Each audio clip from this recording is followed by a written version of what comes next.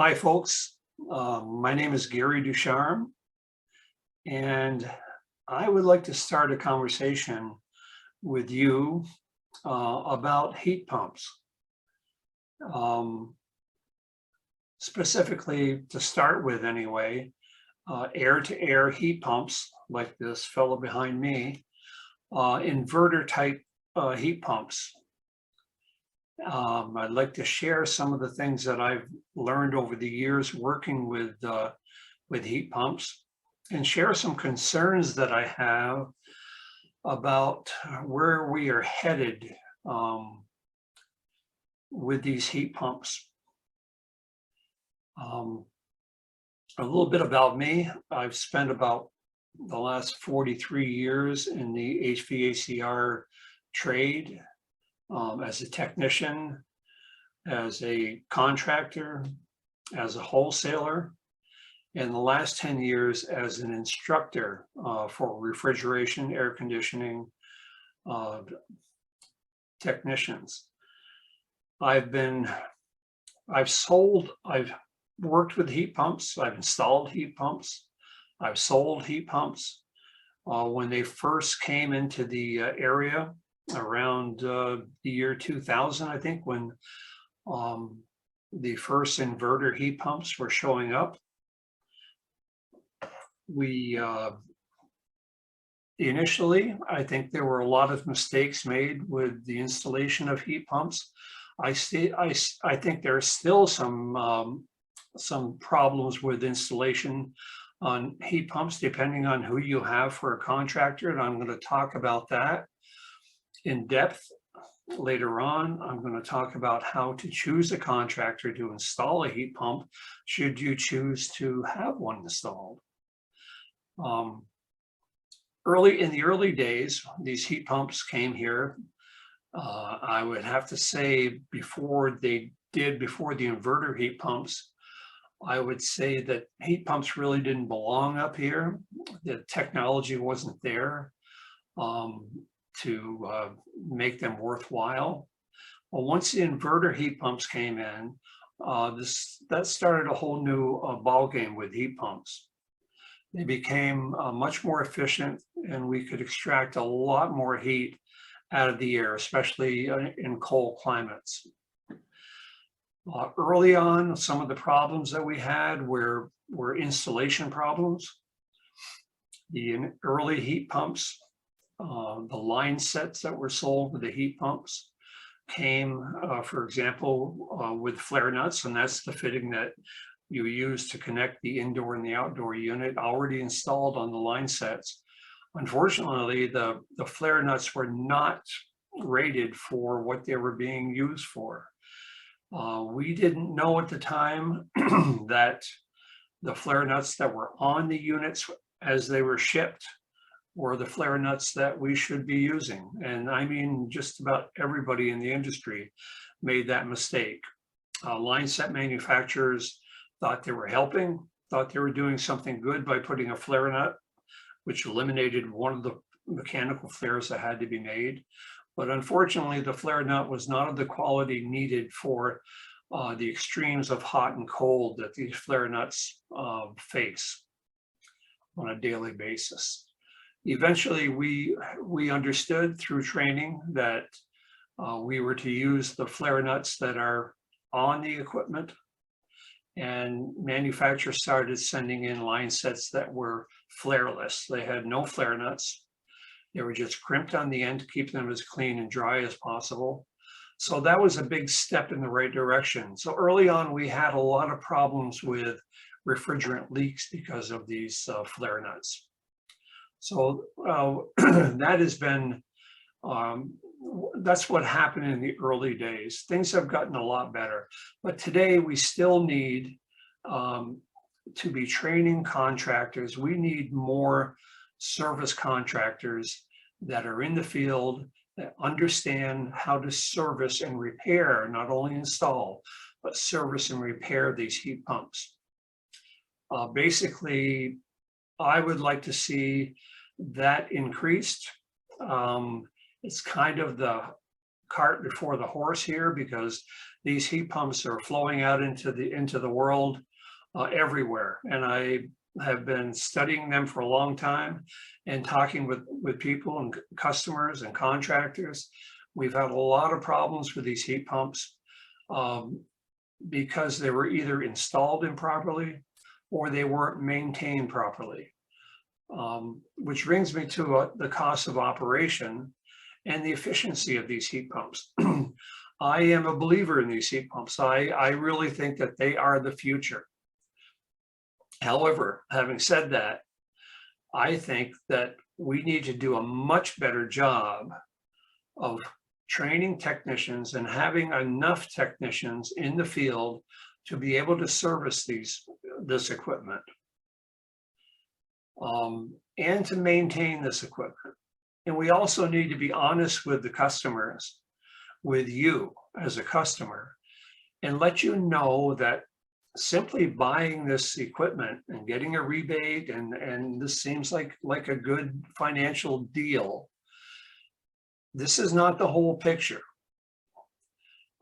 These units have to be maintained, and they have to be maintained professionally. I'm not talking about changing the filter or cleaning the air filter on the unit, which is something that is in the manuals and is being done, and it does help, and you must do it. But every year or two, these units have to be professionally cleaned. Now, this is not talked about in the initial phase of deciding whether you're going to have a heat pump by most of the contractors. Some of the contractors that I know do and work with a cradle to grave mentality, which is what I think should be out there with all contractors that are installing heat pumps. Meaning that when you purchase a heat pump from a contractor, they should be upfront on the cost of maintenance and on the cost of repair. A lot of these heat pumps will have a 10-year warranty if you're buying from someone who is trained by the factory, specially trained by the factory, which is another good idea. Well, you'll have a 10-year warranty on parts, a very little labor warranty, the potential for labor charges during warranties. And I have seen this as a wholesaler selling hundreds of these. The cost of labor to the contractor and to the end user and the customer can be substantial. This is not talked about when you call a contractor, usually to install a unit. Once you get beyond the warranty date, say 6 years or 10 years, if you should happen to have need of a repair, you're talking about lots of money to get somebody, if you can find them at this point in time, if you can find somebody who's technically savvy enough to work on these heat pumps, because they aren't easy. This is a very special refrigeration system. And in this box behind me is a lot of machinery and an awful lot of electronics. I'll get to the manufacturers later on how I wish they were making them easier to work on and more reliable. The technology is there. They're doing a great job with the technology.